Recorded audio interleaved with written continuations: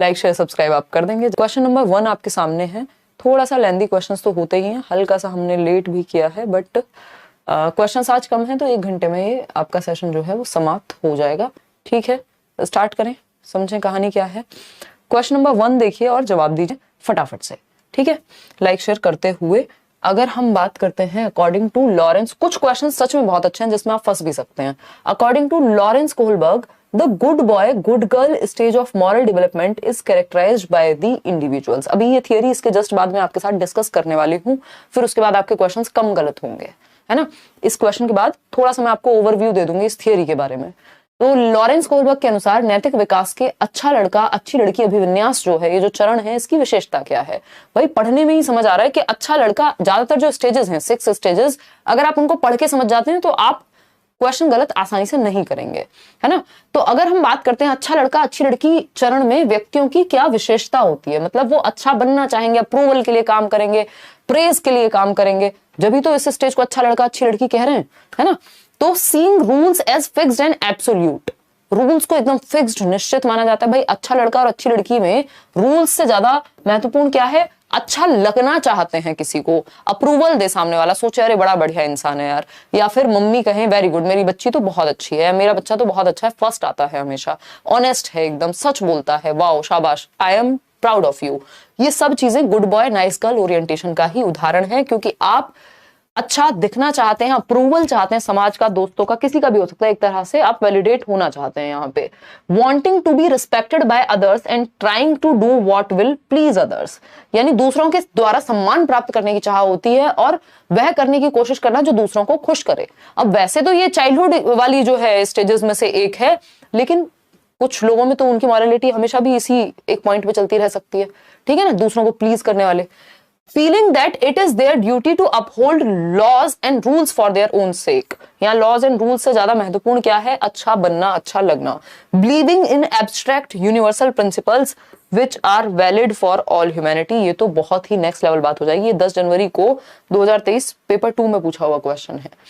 दूसरों के द्वारा सम्मान प्राप्त करने की चाह और वह करने की कोशिश करना जो दूसरों को खुश करे, तभी तो good boy good girl orientation है कि हम, अब ये दूसरे आपके पेरेंट्स हो सकते हैं, टीचर्स हो सकते हैं, दोस्त हो सकते हैं, और अगर किसी में ये फिक्सेशन हो गया, यही स्टेजेस बात तक चली आ रही हैं, तो फिर तो भैया कोई भी हो सकता है। आपको 4 तारीफ करो किसी की और उससे काम निकलवा लो, जहां निकल जा रहा है समझ जाओ कि व्यक्ति जो है good boy nice girl orientation पे ही है ना। और कई बार जब आप तारीफ करते हैं माँ बाप की तो वो समझ जाते हैं कि बेटा क्या चाहिए पहले ही बता दो, है ना। जैसे निशा आए और तारीफ करे तो उस दिन मैं समझ ही जाती हूँ कि भाई कुछ तो गड़बड़ है। तो good boy nice girl orientation जिनको समझ आ जाएगा वो पहले से समझ जाएंगे चीजों को, ठीक है ना। तो B option is the right answer. अब एक बार इनकी जो थियरी है इसको थोड़ा सा देख लेते हैं, फिर बाकी के 19 क्वेश्चंस हम करेंगे ताकि आगे आप गलती ना करें, क्योंकि इसमें कुछ स्टेजेस में नाम में कंफ्यूजन हो जाता है। जैसे 4th और 5th स्टेज का नाम लगभग सेम है, इंग्लिश में भी इसके कई नाम है, हिंदी में भी इसके कई नाम है। इस थियरी में ये प्रॉब्लम बनी हुई है, देखिएगा। तो नाम क्या है थियरी का, स्टेजेस ऑफ मॉरल डेवलपमेंट, या मॉरल डेवलपमेंट यानी नैतिक विकास का सिद्धांत किसके द्वारा दिया गया, कोहलबर्ग के द्वारा दिया गया, ठीक है। इस बार अभी हम सिर्फ ऑनलाइन एग्जाम के क्वेश्चंस कर रहे हैं, इस बार बहुत मुश्किल क्वेश्चन नहीं बनाए हैं। अदरवाइज जब हम मिक्स्ड क्वेश्चन करेंगे तो उसमें हम क्या करने वाले हैं, उसमें हम कुछ मुश्किल और ज्यादा मुश्किल, जैसे गिलीगन पे बहुत क्वेश्चंस आते हैं, यानी कि एक स्टूडेंट थी उन्होंने इनको क्रिटिसाइज किया था। तो स्टेजेस ऑफ मॉरल डेवलपमेंट यानी नैतिक विकास का सिद्धांत। मॉरल डेवलपमेंट क्या होता है, क्या सही है और क्या गलत है। Principles about right and wrong, के राइट के रॉन्ग, लेफ्ट या राइट, ये क्या है, ये जो सिद्धांत है कि आप किस रास्ते को चूज करेंगे, ये नैतिकता के सिद्धांत कहलाते हैं। कि हमारे सही और गलत के सिद्धांत क्या हैं, वो हमारी मॉरलिटी पे, हमारी नैतिकता कैसी है उस पे डिपेंड करेंगे। किसी को झूठ बोलने पे भी गिल्ट महसूस हो सकता है और किसी को किसी की जान लेने पे भी गिल्ट ना हो, ऐसे भी लोग मिल सकते हैं। That means principles of morality different है, उनका सही गलत डिफरेंट हो सकता है। खैर आते हैं, इसलिए हम मॉरल वैल्यू यानी नैतिक शिक्षा पढ़ते हैं बचपन में। आजकल वैल्यू एजुकेशन एक सब्जेक्ट है और ये बहुत ही महत्वपूर्ण है। कोहलबर्ग ये कहते हैं कि हम कैसे बच्चे में विकसित करें, ये क्वेश्चन आया हुआ है कि मॉरल डेवलपमेंट को कैसे विकसित करें, तो डिबेट्स एंड डिस्कशन के द्वारा, यानी मॉरल रीजनिंग बच्चों में, तर्क बेहतर होगा जब वो तर्क देंगे किसी चीज का, अच्छा मतलब जब चर्चा होगी क्लास में, डिस्कशंस होंगे, तब मॉरल रीजनिंग बेहतर होगी। इस चर्चा के लिए इन्होंने क्या करते थे, ये डिलेमा देते थे, यानी ऐसी हाइपोथेटिकल सिचुएशंस प्रस्तुत करते थे, दुविधा जिसको कहेंगे, ये दुविधा पेश करते थे बच्चों के सामने, अलग अलग एज ग्रुप के बच्चों के सामने अलग अलग दुविधाएं ये प्रस्तुत करते थे। उनमें से एक फेमस दुविधा है हाइंस डिलेमा, जिसको हिंज कह देते हैं हिंदी में कई लोग, है ना, हाइंस डिलेमा। अब ये जो हाइंस डिलेमा है, हाइंस एक व्यक्ति था जिसकी वाइफ जो है एक डेडली डिजीज से पीड़ित थी, मतलब बहुत ही खतरनाक बीमारी थी, जानलेवा बीमारी थी हाइंस की वाइफ को, और एक ही तरीका था अपनी वाइफ को बचाने का, सारे तरीके आजमा चुके थे कि एक केमिस्ट है शहर में, कोई एक मेडिकल स्टोर है या कोई एक व्यक्ति है जिसने उस दवा को खोज लिया है, बाकी उसका कोई इलाज नहीं है। तो ये वहां जाते हैं। अब वो व्यक्ति 100 रुपए की दवाई के 1000 रुपए मांग रहा था। क्यों? क्योंकि उसने कहा भाई मैंने ये दवाई जो है इन्वेंट की है, इजाद की है, मेरा इसमें समय गया है, अब मेरी मर्जी में इसे कितने प्राइस पे बेचना चाहूं। अब हाइंस कोशिश करते हैं, मान लीजिए 1000 रुपए उन्होंने इकट्ठे भी कर लिए, लेकिन बाकी के 9000 नहीं कर पा रहे मांग के या जैसे भी, तो वो कह रहे हैं भाई मैं बाद में दे दूंगा आधे पैसे आपको, या ऐसे कर लो कम में दे दो। वो मना कर देता है केमिस्ट के, नहीं मैं तो पूरे पैसे लूंगा जितने मुझे चाहिए अपनी डिमांड के हिसाब से। अब देखा जाए तो कई लोग कहेंगे कि भाई वो भी तो गलत कर रहा था, और कई लोग कहेंगे कि अब हाइंस ने क्या किया, ऐसी स्थिति में उसके पास एक ही रास्ता बचता है, या तो वो चोरी कर ले, दो रास्ते होते हैं बेसिकली हमेशा किसी भी दुविधा में, या तो वो चोरी करके उस दवा को ले आए या फिर अपनी वाइफ को मरने दे। अब हाइंस जो है वो हम सभी की तरह आम मनुष्य है ना, हाइंस ने कर ली चोरी और वाइफ की जान बचा ली उस दवा को लेकर के, रात को जाकर के उसने केमिस्ट की शॉप से वो चुरा ली दवाई। अब हाइंस ने क्या सही किया ये करके या गलत किया, अलग अलग एज के लोग इस चीज को अलग अलग तरीके से सही और गलत में बांटेंगे। क्यों?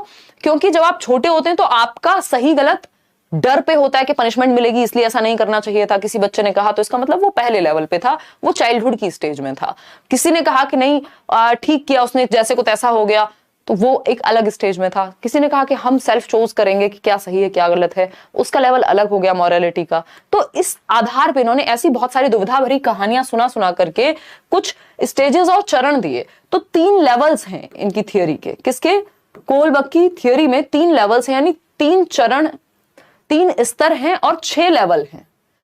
उल्टा बोल रही हूं मैं, 3 स्तर हैं और 6 स्टेजेस हैं, यानी 6 चरण और 3 स्तर, ठीक है ना। हर एक स्तर पर 2-2 चरण हैं, यानी हर एक लेवल पे 2 स्टेजेस हैं। लेवल 1 फिर उसमें 2 स्टेजेस हैं, लेवल 2 फिर उसमें 2 स्टेजेस हैं, लेवल 3 फिर उसमें 2 स्टेजेस हैं। तो इस तरह से अगर हम देखें, ये दोनों स्टेज मिलाकर के लेवल 1 बनाती हैं, ये दोनों स्टेज मिलाकर के लेवल 2 बनाती हैं, ये दोनों स्टेज मिलकर के लेवल 3 बनाती हैं। तो ये 3 लेवल्स हो गए। क्या हो गए? ये 3 लेवल्स हो गए। अब इसमें टोटल नंबर ऑफ स्टेजेस 6 हो गए। एक क्वेश्चन डायरेक्ट भी इस बार ऐसा पूछा हुआ है कि कितने नंबर ऑफ स्टेजेस हैं, और पहले भी पूछा जा चुका है। अब कहानी क्या है हमें पता है। पहला लेवल, ये 3 लेवल है। पहला लेवल है प्री कन्वेंशनल। हालांकि ये वीडियो आप यूट्यूब पे देख सकते हैं, मैंने पहले भी डिस्कस कराया हुआ है, थियरी बैच वगैरह में मैं कराऊंगी अभी। कन्वेंशनल लेवल, प्री कन्वेंशनल जिसको पूर्व पारंपरिक कहते हैं, कन्वेंशनल जिसको पारंपरिक कहते हैं, जो टोटली परंपराओं के हिसाब से चलता है। और थर्ड है पोस्ट कन्वेंशनल, यानी परंपराओं के परे, परंपराओं से पहले, परंपराओं के दौरान और परंपराओं के परे। यही 3 बातें आपको याद रखनी है, ठीक है ना। अगर हम बात करते हैं पूर्व कन्वेंशनल या प्री कन्वेंशनल, पूर्व पारंपरिक जो है, तो ये चाइल्डहुड की बात हो रही है। अगर हम देखते हैं ये चाइल्डहुड से, लेटर चाइल्डहुड से लेकर के एडोलेसेंस की बात होगी सेकंड लेवल पे, और अडल्टहुड की बात होगी, एडोलेसेंस से अडल्टहुड की बात होगी किसमें, पोस्ट कन्वेंशनल में। ये जिसमें मेंशन है, ये पीडीएफ आपको मिल जाएगा, डोंट वरी, ठीक है ना। अब तीनों स्टेज पे पहले लेवल पे खुद की कोई मॉरलिटी होती नहीं है, शून्य होती है, जीरो मॉरलिटी होती है। जो भी मॉरलिटी होती है वो बाहर से एक्सटर्नल होती है, कि अगर पनिशमेंट मिलेगी तो वो काम गलत है, अगर रिवॉर्ड मिलेगा तो वो काम सही है जिससे रिवॉर्ड मिले, ठीक है ना दिव्या। अगर हम बात करते हैं सेल्फ इंटरेस्ट, अब ये हमारी अलग अलग स्टेजेस आती जाएंगी। अब हम क्वेश्चन सॉल्व करते हैं, नहीं तो ये थियरी लंबी निकल जाएगी। इतना ही बैकग्राउंड काफी है। अब ये 3 लेवल और 6 स्टेजेस आपके दिमाग में होनी चाहिए, समझेंगे। अच्छा, इसमें एक चीज मैं आपको बता देती हूँ, जो लेवल 5 है इसको सोशल कॉन्ट्रैक्ट ओरिएंटेशन कहते हैं, और लेवल 4 को लॉ एंड ऑर्डर मोरालिटी, या इसका दूसरा नाम है सोशल ऑर्डर मेंटेनिंग। इसको मैं लिख देती हूँ कहीं, ये आपको पीएनजी में मिल जाएगा बाद में। अगर हम कोहलबर्ग की बात कर रहे हैं, कोहलबर्ग की बात कर रहे हैं, हमें पता है कितने लेवल दिए हैं, 3 लेवल्स ऑफ मॉरल डेवलपमेंट यानी नैतिक विकास। स्टेजेस कितनी हैं, 6, क्योंकि क्या दिया है, मॉरल डेवलपमेंट। इनकी थियरी पियाजे से इंस्पायर्ड थी। पियाजे ने भी मॉरल डेवलपमेंट की थियरी दी है, नैतिक विकास की थियरी दी है। इस पे भी इस बार क्वेश्चन पूछा जा चुका है। हम लोग जनरली हर साल ये डिस्कशन करते हैं, बट पूछता नहीं था, इस बार पूछ लिया है, ठीक। तो कोहलबर्ग में अगर हम बात करते हैं नैतिक विकास की, तो एक स्टेज 4 है, बहुत ही हल्का सा अंतर है, मामूली सा नाम में, इस चक्कर में आप कंफ्यूज हो जाते हैं और कई बार स्टेज 5 की जगह 4 और 4 की जगह 5 लगा देते हैं। तो ध्यान में रखना है, स्टेज 4 को लॉ एंड ऑर्डर ओरिएंटेशन भी कहा जाता है, कि यानी जो नियम चल रहे हैं उसी के अकॉर्डिंग चलना है, लॉ एंड ऑर्डर ओरिएंटेशन। और इसका दूसरा नाम है सोशल ऑर्डर मेंटेनिंग, यानी समाज में जो ऑर्डर है उसको मेंटेन करने के लिए नियमों का पालन जरूरी है, rules are fixed, social order maintaining.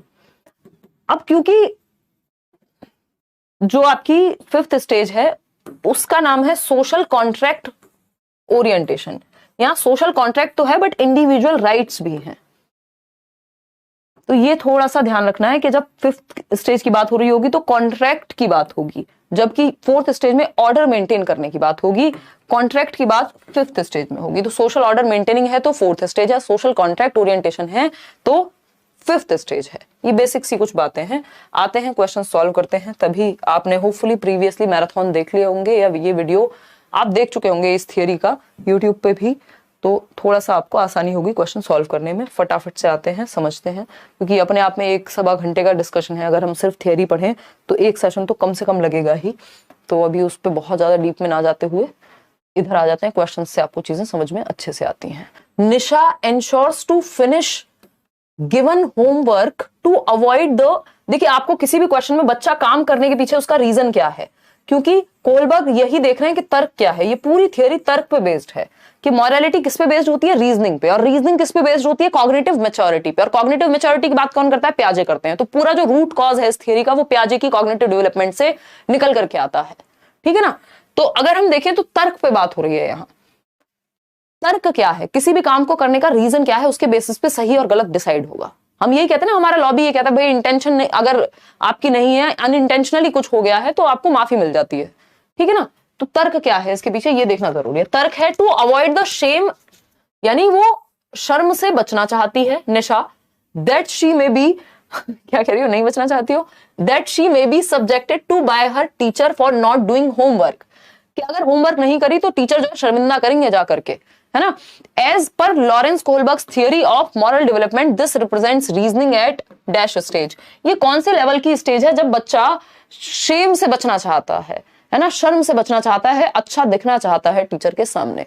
तो ए ऑप्शन जो है प्री कन्वेंशनल बिल्कुल सही बात है। कहां से सही बात है भाई, है कहां से सही बात है, फिर से पढ़ो इसको। देखो, निशा अपना गृह कार्य पूरा करना सुनिश्चित करती है ताकि गृह कार्य पूरा ना होने के कारण अध्यापिका द्वारा शर्मिंदा नहीं किया जाने से बच सके। अब इसका मतलब क्या, शर्मिंदा कहां आता है यहां पे, ये थोड़ी हुआ है कि हाँ बिल्कुल ठीक बात है। तो वो कर किस लिए रही है किसी काम को, ये नहीं कि उसको अच्छा बनना है, ये नहीं कहा उसने कहीं भी। उसने कहा है ये करना है क्योंकि ये हो जाएगा, टिट फॉर टैट, जैसे को तैसा, मतलब म्यूचुअल एक्सचेंज। शर्म से बचने के लिए क्या किया जा रहा है, कोई काम किया जा रहा है, ठीक है ना। तो शर्म से बचने के लिए कोई काम किया जा रहा है, कह सकते हैं हम, ठीक है। आगे बढ़ेंगे, क्योंकि ऐसा नहीं है कि उसको अच्छा बनने के लिए कोई काम करने की कोशिश में है वो।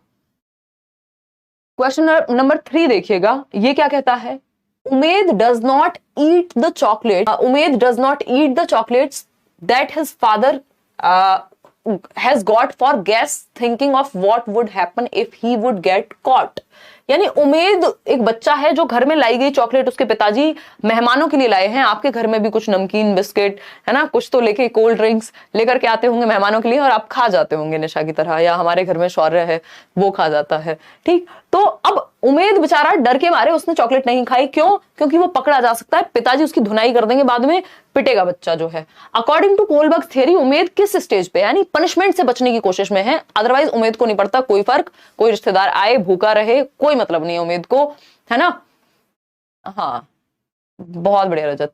तो उमेद को डर है पकड़े जाने का, इसका मतलब पहली स्टेज है जब आप पनिशमेंट से बचने के लिए आज्ञा का पालन कर रहे हैं। उसको पिताजी की आज्ञा में कोई इंटरेस्ट नहीं है, बट पिताजी की पिटाई में है ना, अपनी पिटाई में है। तो पनिशमेंट एवं ओबीडियंस पहली ही स्टेज है ये, ठीक। ये एथिकल प्रिंसिपल 6th स्टेज है, ये 2nd स्टेज है इंस्ट्रूमेंटल पर्पस ओरिएंटेशन, जिसको म्यूचुअल एक्सचेंज या गिव एंड टेक या टिट फॉर टैट की स्टेज कहते हैं। गुड बॉय नाइस गर्ल जो है वो 3rd स्टेज है। आगे बढ़ेंगे 4th क्वेश्चन पे। क्या कहता है 4th क्वेश्चन, ये है 24 जनवरी 2023, पेपर 1 ही है ये तो। आ चाइल्ड रीजंस, बच्चे का तर्क क्या है, that if the laws are not meeting the needs of the people they can be change through mutual agreement and democratic procedures. यानी जो नियम बनाए गए, यदि कानून लोगों की जरूरत पूरा नहीं कर रहा तो लोगों के द्वारा ही उस कानून को बदला जा सकता है, क्योंकि कोई भी कानून है तो वो लोगों के लिए ही है ना at the end of the day. तो ये रीजनिंग है। जैसे अभी कुछ टाइम पहले 3 तलाक को बदला गया, किसी समय पे सती प्रथा को बदला गया होगा, किसी और चीज को चेंज किया गया होगा। तो नियमों में परिवर्तन आना संभव है यदि लोग चाहें, और सबकी मान्यता से या डेमोक्रेटिकली लोकतांत्रिक रूप से वो किया जा सकता है। विच stage of Kohlberg moral development does this child come under? अभी कौन से लेवल पे है? देखो, प्री कन्वेंशनल वाले को पढ़ी नहीं है, उसको बस डर से बचना है, उसके एक्सटर्नल रीजंस हैं। हेटेरोनॉमस मॉरलिटी और ऑटोनॉमस की बात कौन करता है? पियाजे करते हैं, है ना। हेटेरोनॉमस होती है जब 3 साल की उम्र के अराउंड, मतलब चाइल्डहुड में जो है आपका बच्चा वो दूसरे के अकॉर्डिंग चलेगा, हेटेरोनॉमस परा। और अगर ऑटोनॉमस की बात करें तो अब वो स्वायत्त हो चुका है, अपने डिसीजन खुद लेगा। यही 2 स्टेजेस है मुख्य रूप से जो पियाजे के मॉरल डेवलपमेंट में है। जनरली पढ़नी नहीं होती, आती नहीं है, बट इतना आपको पता होना चाहिए। ऑटोनॉमस मतलब स्वयं इंडिपेंडेंटली डिसीजन लेना, हेटेरोनॉमस मतलब बाहर से बाकी लोग जो सही गलत कह रहे हैं उसको मानना। ये पियाजे की मॉरल डेवलपमेंट है। पियाजे ने मॉरल डेवलपमेंट की थियरी भी दी है, उसके बाद उस थियरी से इंस्पायर होकर के इन्होंने कोहलबर्ग ने जो है वो थियरी दी थी। 68% लोग पोस्ट कन्वेंशनल कह रहे हैं, बिल्कुल सही बात है। पोस्ट कन्वेंशनल लेवल ही एकमात्र ऐसा लेवल है जहां पे बात होती है कि अगर ये 5th स्टेज है कि अगर मेजॉरिटी चाहे, अगर लोगों का भला ही नहीं हो रहा किसी नियम से, तो लोगों का अधिकार है कि वो नियम में परिवर्तन ला सकें। तो ये ए ऑप्शन है, ठीक है ना। प्री कन्वेंशनल तो ये कहीं से नहीं है। आगे बढ़ेंगे, और ये कन्वेंशनल भी नहीं है, क्योंकि कन्वेंशनल में भी बदलने की हिम्मत नहीं होती, नियमों को मानने की हिम्मत होती है बस। क्वेश्चन नंबर 5 देखिए, the moral reasoning of children. इस रीजनिंग पे ही फोकस करना है कि रीजन क्या है, उससे पता लगेगा कि उत्तर क्या होगा। Based on being obedient for avoiding punishment, यानी पनिशमेंट से बचने के लिए आज्ञा का पालन किया जा रहा है। पहली ही स्टेज है ये, तो ये हमें पता होना चाहिए। पहली स्टेज को क्या कहते हैं? Punishment and obedience. और वो किस में आती है? प्री कन्वेंशनल लेवल में आती है, पूर्व परंपरागत स्तर में आती है, जो वो 3 से 7 वर्ष वाला जो टाइम पीरियड है उसमें आती है, ठीक है ना। प्री कन्वेंशनल, पूर्व पारंपरिक, पहली स्टेज 3 से 7 वर्ष जनरली। इसमें भी अलग अलग थियरिस्ट ने अलग अलग बात की है, ठीक। तो ये सिंपल बात है, इसमें और तो कुछ आएगा नहीं, क्योंकि इन्होंने पनिशमेंट और ओबीडियंस की बात कर दी। गुड बॉय नाइस गर्ल की करते तो कन्वेंशनल हो जाता। अब आता है क्वेश्चन नंबर 6, फटाफट से जवाब देंगे। How many stages of moral development does Lawrence Kohlberg propose in his theory? देखिए, यहां पढ़ना जरूरी है, हिंदी में इसमें गड़बड़ हो सकती है, इंग्लिश में सही रहेगा। अगर स्टेजेस लिखी हुई है तो आंसर अलग हो जाएगा, अगर लेवल लिखे हुए होते तो आंसर अलग हो जाता। वो तो आपकी क्या कहें इसको, किस्मत कह लो आप, अगर कई लोग विश्वास करते हैं तो, कि नहीं तो बेसिकली प्रोबेबिलिटी है ये कि यहाँ लकीली लिखा नहीं हुआ है 3। अगर 3 लिखा होता तो अभी आप कंफ्यूज हो जाते। इसमें ज्यादातर लोग आंसर सही इसलिए दे पा रहे हैं क्योंकि बाकी ऑप्शंस में 3 का कहीं ऑप्शन ही नहीं है। लेवल 3 होते हैं लेकिन इसमें 3 का कोई ऑप्शन नहीं है, तो हमें पता है फिर तो 6 ही ऑप्शन हो सकता है। 3 स्टेजेस हैं और 6 लेवल्स हैं। स्तर कितने हैं? 3, और चरण हैं 6, तो हमें पता है 6 स्टेजेस की बात हो रही है। लेवल पूछेगा तो 3 उत्तर हो जाएगा। आगे बढ़ेंगे क्वेश्चन नंबर 7 पर। क्वेश्चन नंबर 7 देखिएगा एक बार। क्वेश्चन नंबर 7 है, at which stage of Kohlberg's moral development do individuals believe that fixed rules must be obeyed in order to maintain the social order? यानी रूल्स क्या है? फिक्स्ड हैं, ultimate है, नियमों में परिवर्तन संभव नहीं है। नियम जो है स्थिर होते हैं और उनको मानना ही पड़ेगा, चाहे किसी की जान जाए, चाहे वो फायदे में हो, नुकसान में हो, कोई मतलब नहीं है। सामाजिक व्यवस्था को बनाए रखने के लिए नियमों को मानना आवश्यक हो जाता है। ये कौन सी स्टेज की बात हो रही है? अगर हम बात करें तो ये लॉ एंड ऑर्डर ओरिएंटेशन है, ऑफ कोर्स, क्योंकि फिक्स्ड है। नियम क्या है? यहाँ फिक्स्ड है। लॉ एंड ऑर्डर आपको पता ही है, 4th स्टेज है। इसका दूसरा नाम सोशल ऑर्डर मेंटेनिंग, क्योंकि समाज में ऑर्डर को मेंटेन रखना किसी भी हालत में। रूल्स फिक्स्ड हैं, उनमें परिवर्तन संभव नहीं है। ये 4th स्टेज है। संभव है 5th स्टेज में, और ज्यादातर लोगों की डेमोक्रेटिक वेज में संभव है, लेकिन एक इंसान भी पूरे सिस्टम के अकॉर्डिंग अगेंस्ट खड़ा हो जाएगा, वो है 6th स्टेज, ठीक है ना। तो ये है C, law and order conventional level के अंदर आता है 4th स्टेज। इससे पहले वाली गुड बॉय नाइस गर्ल, मैं ये लिख भी देती हूँ यहाँ पे कई लोगों को। गुड बॉय नाइस गर्ल क्या है? 3rd स्टेज है, कन्वेंशनल लेवल की पहली स्टेज है। और ये है 4th स्टेज, कन्वेंशनल लेवल की 2nd स्टेज है। पनिशमेंट एंड ओरिएंटेशन है 1st स्टेज, प्री कन्वेंशनल की। टिट फॉर टैट ये है 2nd, म्यूचुअल। तो 1st, 2nd, 3rd, 4th, 5th होती है आपकी सोशल कॉन्ट्रैक्ट ओरिएंटेशन, और 6th होती है यूनिवर्सल एथिकल प्रिंसिपल। ठीक है, बात क्लियर है? कोई दिक्कत? क्लास तो हो ही रही है डेली, एक्स्ट्रा क्लास लग रही है बल्कि। लॉ एंड ऑर्डर ओरिएंटेशन, जहां पे नियम क्या होते हैं, फिक्स्ड होते हैं, रूल्स आर रूल्स, ठीक है, रूल्स आर रूल्स। आगे बढ़ेंगे क्वेश्चन नंबर 8 पर। जिन्होंने मैराथन देख ली है, पढ़ ली है, पहले सीटेट दे चुके हैं, थियरी आती है, वो इस सेशन को अटेम्प्ट करें, नहीं तो चक्कर आ सकते हैं। और लाइक शेयर करना भी आज आप इस चक्कर में भूल रहे हैं, क्योंकि आपको चक्कर ही आ रहे हैं मुझे लग रहा है। Which of the following is explained bye Lawrence Kohlberg. Kohlberg ने क्या दिया है, social contract orientation, zone of proximal development. अब आपको ये पता है, आप एलिमिनेट करना जानते हैं, ये तो वाइगॉस्की ने दिया है, अभी कुछ ही दिन पहले हमने डिस्कस किया था। इनर स्पीच भी वाइगॉस्की बात कर रहे हैं, ईगोसेंट्रिक की बात पियाजे कर रहे हैं, ठीक है ना, पियाजे कर रहे हैं। तो द सोशल कॉन्ट्रैक्ट ओरिएंटेशन, यही हम अभी बात कर रहे थे, ये है 5th स्टेज जो कोहलबर्ग ने दी है। बाकी सारी स्टेजेस वाइगॉस्की और पियाजे ने दी है। यहाँ पे क्वेश्चन नंबर 9 देखिए एक बार फटाफट से। क्वेश्चन नंबर 9 क्या कहता है, 11 जनवरी morning shift. Anu argues that only society, not individuals, can determine what is right। यानी सिर्फ सोसाइटी निर्धारित करेगी कि क्या सही है, इंडिविजुअल नहीं करेंगे, मैं और आप नहीं कर सकते हैं, पूरा समाज मिलकर करेगा किसी बात को सही और गलत का निर्धारण। As per Lawrence Kohlberg's moral development theory, which stage is represented in this example. किस स्टेज की बात कोहलबर्ग की थियरी के अनुसार इसमें हो रही है कि जब सोसाइटी डिटर्मिन करेगी कि क्या सही है, ना कि इंडिविजुअल्स डिटर्मिन करेंगे। तो गुड बॉय तो ये हो नहीं सकती, ओबीडियंस एंड पनिशमेंट भी ये नहीं हो सकती, इन दोनों में से ही कुछ होगी। Authority and social order maintaining, या फिर यूनिवर्सल एथिकल प्रिंसिपल। देखिए यूनिवर्सल एथिकल प्रिंसिपल्स में इंडिविजुअल डिसाइड कर सकता है कि उसको लगता है कि गवर्नमेंट करप्ट है तो वो टैक्स नहीं देना चाहता, ये अकेला इंडिविजुअल भी डिसाइड कर सकता है नियमों के अगेंस्ट जाना। लेकिन जब सोसाइटी ही डिसाइड कर रही है तो इसका मतलब हो गया authority and social order maintaining, यानी फिक्स्ड हो गए नियम। 4th स्टेज हो गई लॉ एंड ऑर्डर को इस तरह से भी पूछ सकता है, सोशल ऑर्डर मेंटेनिंग के साथ अथॉरिटी भी ऐड कर दिया, या सिंपल लॉ एंड ऑर्डर भी लिख सकता था, तो घुमा के पूछने वाली बात है। बाकी के ऑप्शन एलिमिनेट करके आप सही ऑप्शन तक पहुंच सकते हैं। क्वेश्चन नंबर 10 देखिए, जवाब दीजिए, 5 सेकंड में पढ़िए। Which of the following theory gives significant consideration to discussions and debates in the process of learning? यानी निम्नलिखित में से कौन सा सिद्धांत सीखने की प्रक्रिया में चर्चा और वाद विवाद को बहुत महत्व देता है। अब इसमें आप गलती करेंगे, है ना, इसमें आप गलती करेंगे, और मैंने ये डाला भी इसीलिए इस चैप्टर में ये क्वेश्चन, ताकि आप कंफ्यूज हो, ताकि आपके सामने एक डिलेमा प्रस्तुत हो कि ये सही है कि गलत है, ठीक है ना। तो अगर हम बात करें बी ऑप्शन, 64% लोग किस लिए दे रहे हैं, क्योंकि वो बने वेरी स्मार्ट, है ना, वो छुआरे बोलते हैं ना वेरी चालाक ब्रो, तो वही बने हो आप। क्यों, क्योंकि आपको लगा कि कोहलबर्ग का चैप्टर है और कोहलबर्ग ही उत्तर होना चाहिए। इसका आंसर कोहलबर्ग नहीं है, 64% लोग गलत हो गए। इसका आंसर जो है वो लेव वाइगॉस्की है। ये मैंने इसको क्वेश्चन को यहाँ पुट ही इसलिए किया है, सिर्फ 27% लोग सही उत्तर दे पाए हैं। उसका रीजन ये है कि क्वेश्चन बहुत क्लोज है। अगर इसमें एक शब्द और ऐड कर देता तो, अभी तो चलने देती पोल, देखना अभी ये सारे बदल जाते हैं। अभी जिन्होंने भी ये बी ऑप्शन दिया था ना, सारे सी कर देते अभी, क्योंकि उनको पता लग गया। अब तो फटाफट से चीटिंग कर लो अपना। देखो एक बार, तो अगर हम बात करें, यहाँ पे एक शब्द का अंतर है। Which of the following theory gives significant consideration to discussions and debates in the process of learning? Moral reasoning, moral development लिखा होता तो यही आंसर कोहलबर्ग हो जाता, क्योंकि यहां लर्निंग की प्रोसेस की बात हुई है, या इन जनरल कुछ नहीं लिखा हो तब भी वाइगॉस्की ही ज्यादा बेहतर है, क्योंकि वो सोशियो कल्चरल अप्रोच है जो कॉग्निटिव डेवलपमेंट की बात करेगा, और कॉग्निटिव डेवलपमेंट से लर्निंग की बात होगी, ठीक। तो इसलिए आंसर सी है, क्योंकि वाइगॉस्की क्या है, समाज और संस्कृति की बात करते हैं, है ना, ग्रुप में सीखने की बात करते हैं, डिबेट डिस्कशन की बात करते हैं, कोलैबोरेशन की बात करते हैं, असिस्टिव लर्निंग की बात करते हैं। कोई कह रहा है प्यासे को पानी नहीं पिलाओगे तो पाप लगेगा, दे तो दिया यार, अब क्या करें।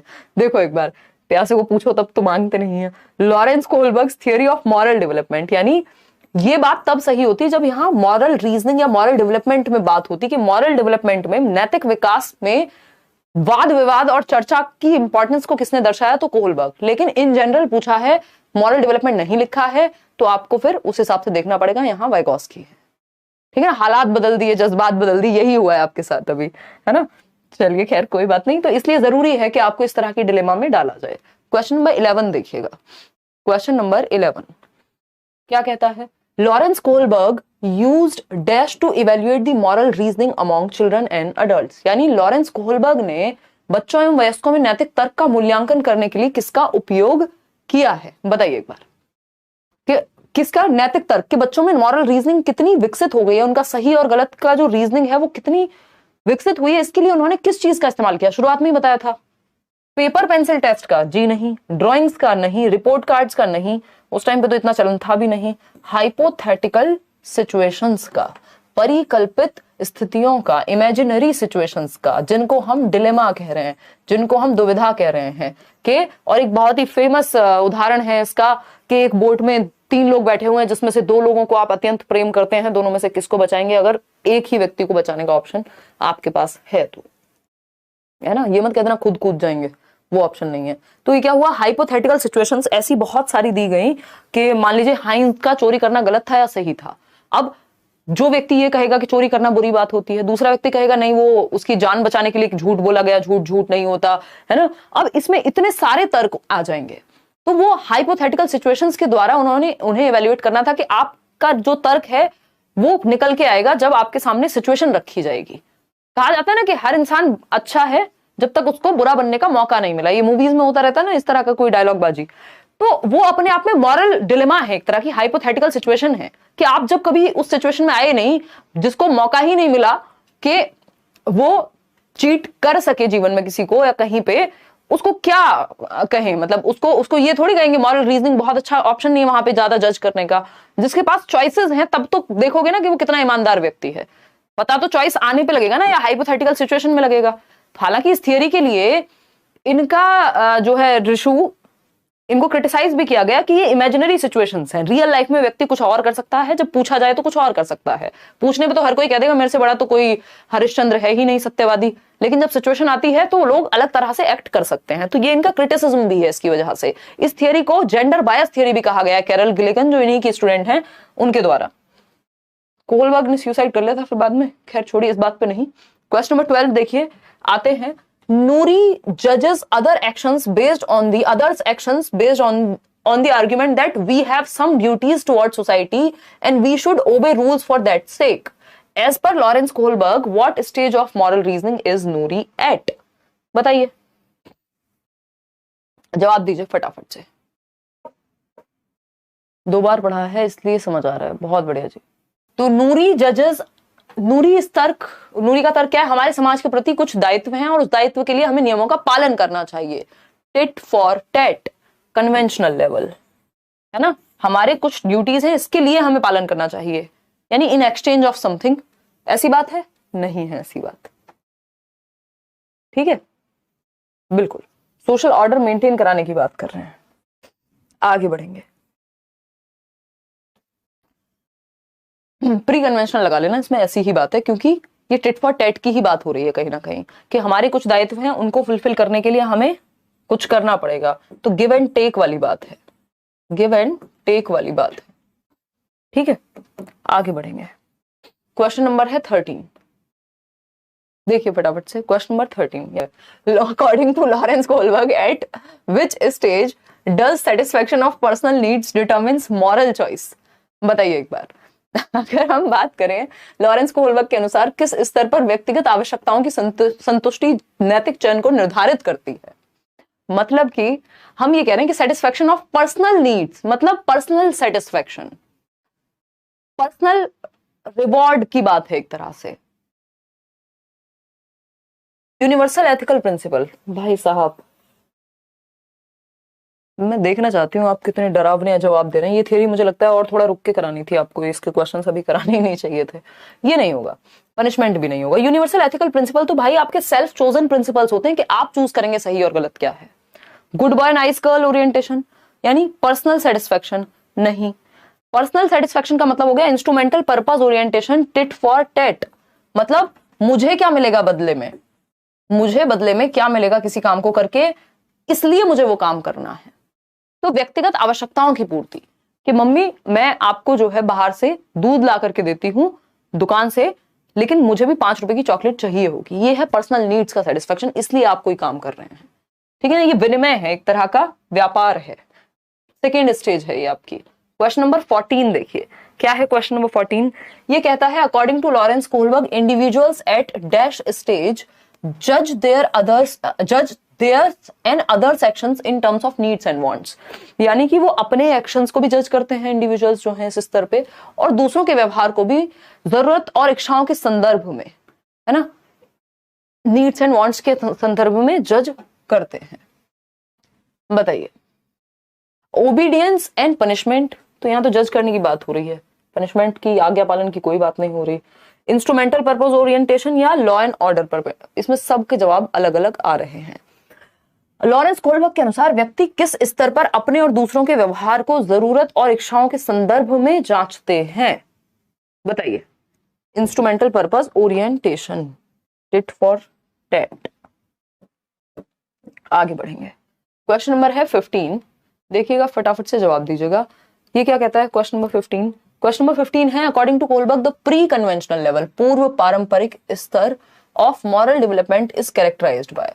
प्री कन्वेंशनल में 2 स्टेजेस हैं, एक है पनिशमेंट एंड ओबीडियंस यानी दंड से बचने के लिए आज्ञा का पालन, दूसरा है म्यूचुअल एक्सचेंज या टिट फॉर टैट के जैसे को तैसा, कुछ भी इसलिए करेंगे क्योंकि आपका कोई बेनिफिट है उसमें, तो वो सेकेंड स्टेज है। और यहाँ पे एक्सटर्नल, बाहर से समाज तय करता है मॉरलिटी, जीरो मॉरलिटी होती है खुद की पहले प्री कन्वेंशनल लेवल पे।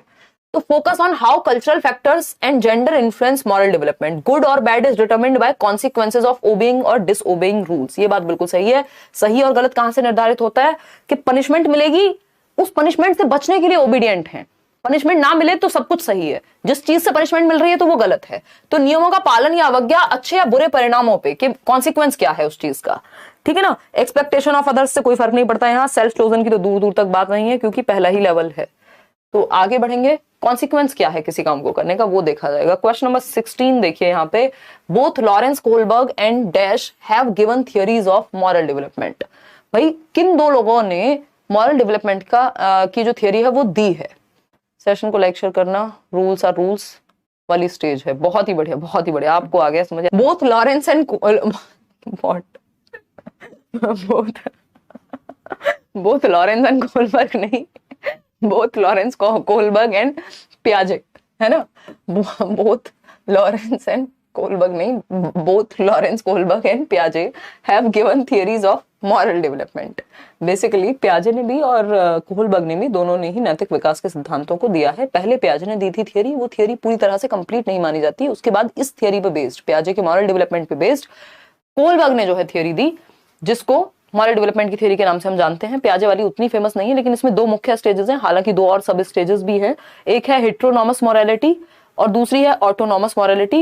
हेट्रोनॉमस है परायत यानी दूसरों के अनुसार, और ऑटोनॉमस है खुद से द्वारा चूज किए गए रूल्स। तो जीन पियाजे और कोलबर्ग दोनों ने मॉरल डेवलपमेंट, नैतिक विकास का सिद्धांत दिया है। जीन पियाजे का कॉग्निटिव डेवलपमेंट ज्यादा फेमस है, इसलिए हम उसी को जानते हैं। अदरवाइज तो कोलबर्ग, उन्होंने इंटेलिजेंस से लेकर लगभग हर फील्ड में काम किया है पियाजे ने। समझते हैं, Who among the following proposed a sequence of developmental stages to describe moral reasoning among children and adults? देखिए, moral reasoning, नैतिक तर्कणा की बात एकमात्र व्यक्ति जो है कोलबर्ग हैं इसके बारे में बात करने वाले, है ना, कोलबर्ग है। नैतिक तर्क की बात की ही इन्होंने है। पियाजे कॉग्निटिव मैच्योरिटी की बात कर रहे थे, इन्होंने उसको तर्क पे ले जाकर के छोड़ा, सी ऑप्शन। आगे बढ़ेंगे, क्वेश्चन नंबर 18। क्वेश्चन नंबर 18 क्या कहता है भाई, according to Kohlberg the last stage morality of individual principles and conscience of moral development is characterized by the individuals। यानी कोलबर्ग के अनुसार नैतिक विकास के अंतिम चरण व्यक्तिगत सिद्धांतों की नैतिकता और विवेक के व्यक्तियों में क्या विशेषता होती है? बताइए, फटाफट से बताइए। तो according to Kohlberg the last stage morality of individual principles and conscience of moral development is characterized by the individuals। यानी बेसिकली जो चेतना है और सिद्धांत हैं जो खुद के द्वारा चूज होते हैं लास्ट स्टेज में, वो किस चीज से संबंधित होंगे? रूल्स को फिक्स्ड देख के, तो रूल्स को जो फिक्स्ड मानेगा वो अपने सिद्धांत कहां से बनाएगा? Wanting to be respected by others, यहाँ पे फर्क नहीं पड़ता इज्जत मिल रही है या नहीं, आप अपने सिद्धांतों के लिए खड़े हो जाते हैं। Feeling that it is their duty to uphold laws and rules for their own sake, नहीं। Believing that individuals must test the social laws rather than follow them blindly, कि भैया जो व्यक्तियों के लिए कानून बना है, कानून के लिए व्यक्ति नहीं बना है, अगर जरूरत पड़े तो आप नियमों को बदल सकते हैं, तो ब्लाइंडली फॉलो करने की बजाय उन नियमों को देखना चाहिए, रिफ्लेक्ट करना चाहिए उन पे, ठीक है ना। जुलाई में कितने तारीख को शुरू होगा पेपर, अभी कुछ भी इस पे नहीं कहना चाहेंगे, क्योंकि बोर्ड अपने आप बता देगा 15-20 दिन पहले, जून में पता लग जाएगा आपको ये। Behaving particularly and intentionally in ways that impress the parents and teachers is a characteristic of, यानी किस क्या करने के लिए, इंप्रेस करने के लिए, है ना। इंप्रेस करने के लिए मतलब जानबूझकर आप उस तरीके से व्यवहार कर रहे हैं जिससे माता पिता जो हैं वो आपसे प्रभावित हो सके, इंप्रेस हो सके, है ना। ये आप कई लोग गर्लफ्रेंड और बॉयफ्रेंड के चक्करों में भी कर सकते हैं कि आपको इंप्रेस करना है किसी को, तो आप इसलिए एक तरह का व्यवहार कर रहे हैं, मतलब आप गुड बॉय बन के दिखा रहे हैं या गुड गर्ल बन के दिखा रहे हैं दूसरे की नजरों में, ठीक है ना। तो ये good boy nice girl orientation है। B option is the right answer, कि आपको अच्छा लड़का अच्छी लड़की अभिविन्यास में लिप्त रहना है क्योंकि आपको इंप्रेस करना है सामने वाले को। क्वेश्चन नंबर 20 देखिए, आज के लिए आखिरी सवाल है। द स्टेज 5 यानी 5th social contract orientation post convention level है of course. Morality as given by Lawrence Kohlberg is marked by the belief, यानी 5th स्टेज में कैसी मॉरलिटी होगी, क्या विश्वास पे आधारित होगी। पहला है the physical consequences of an action determine goodness और badness. Obeying rules should bring some sort of benefit in return. In order to maintain the social order, fixed rules must be established and obeyed. Moral decisions should be made in terms of self-chosen ethical principles. बताइए फटाफट से बताइए क्या कहना चाहेंगे इसके बारे में। सी ऑप्शन तो हटा ही दिया, ये सही कैसे होगा। In order to maintain social order, fixed rules must be established. देखिए ये 4th स्टेज की बात हो रही है और हमसे पूछा क्या है, 5th स्टेज के बारे में पूछा है, तो उत्तर क्या होना चाहिए आप खुद बताइए। जाइए घर जाइए, कल बताइएगा, इसको रखेंगे होमवर्क में। कुछ क्वेश्चन सर के ऊपर से निकले, कोई बात नहीं कुमारी, ये मान लो अभी ये एक फिल्टर है, एक लेयर है प्रैक्टिस की, है ना। अभी आप अगर बैचेस में हो तो थियरी पढ़ेंगे भी, नए क्वेश्चंस भी वहीं पे साथ में भी सॉल्व करेंगे। मैराथन देख लीजिए, उसके बाद भी जब मिक्स्ड क्वेश्चंस भी कर रहे होंगे तो कुछ कुछ चीजें और अच्छे से क्लियर होंगी, है ना। इस थियरी में ऐसा होता है एट टाइम्स, और आज थोड़ा सा एनर्जी भी लो थी, ठीक। तो लॉरेंस कोलबर्ग द्वारा दिए गए उत्तर पारंपरिक नैतिकता के 5वें चरण की बात हो रही है, जिसको हम कहते हैं सोशल कॉन्ट्रैक्ट ओरिएंटेशन। बताइए, सोशल ऑर्डर मेंटेनिंग नहीं है ये, इसलिए सी ऑप्शन नहीं होगा। Moral decision should be made in terms of self chosen ethical principles, या फिर the physical consequence of an action determine goodness. हाँ नहीं कोई दिक्कत नहीं है, 15 ठीक है, 16 ठीक है। आज 20 क्वेश्चन ही हैं, इस टॉपिक से एक ही क्वेश्चन आता है, तो ज्यादा क्वेश्चंस इसमें निकालने का फिर वही है, रिपीट होने शुरू हो गए थे क्वेश्चंस। और अभी मिक्स्ड क्वेश्चंस जब होंगे तब भी आपको पेपर से पहले इनफ प्रैक्टिस इस चीज की हो जाएगी, ठीक है ना। तो ये भी जहां पे टेट फॉर टेट हो जाएगा, कोई बात नहीं, इसको डिस्कस कर लेते हैं। दे दो दोबारा पोल दे दो, ठीक है ना। तो ये एक बात हो गई, ये दोनों ना तो बी होगा यहाँ ना सी होगा, क्योंकि ये 4th स्टेज की बात नहीं हो रही, यहाँ 5th स्टेज की बात हो रही है। और क्या पूछा है कि 5वें चरण में सामाजिक अनुबंध अभिविन्यास, यानी इंडिविजुअल के कुछ राइट्स होते हैं और कुछ नियम हैं समाज में, तो अगर जरूरत पड़े तो नियमों को बदला जा सकता है, ये कहेगा पोस्ट कन्वेंशनल स्टेज का व्यक्ति। Physical consequences of an action determine goodness और बैडनेस, किसी क्रिया के भौतिक परिणाम ही उसकी अच्छाई या बुराई को निर्धारित करते हैं, यानी क्या सही है क्या गलत है वो कॉन्सिक्वेंस पे डिपेंड करेगा। इसको हम किधर देख सकते हैं, इसको हम देख सकते हैं आपका टिट फॉर टैट टाइप की चीजों में ज्यादा, बट पूरी तरह से इसको गलत नहीं मान सकते, क्योंकि कॉन्सिक्वेंस की बात कहीं और नहीं हुई, ये नहीं होगा, क्योंकि सेल्फ चोजन एथिकल प्रिंसिपल्स जो हैं इन टर्म्स होने चाहिए एंड ऑल, तो ये फिर 6th स्टेज हो जाएगी आपकी। फिजिकल कॉन्सिक्वेंसेस पे ही हम जाएंगे कि अगर किसी की वो झूठ जो किसी की जान बचाने के लिए बोला जाए वो झूठ नहीं होता, ये कॉन्सिक्वेंसेस के बेस पे है। चलिए खैर आज के लिए इतना ही रखते हैं, और किसी भी क्वेश्चन में डाउट हो तो आप कमेंट्स में पूछ लीजिएगा, नोट्स इससे पहले पढ़ लीजिए।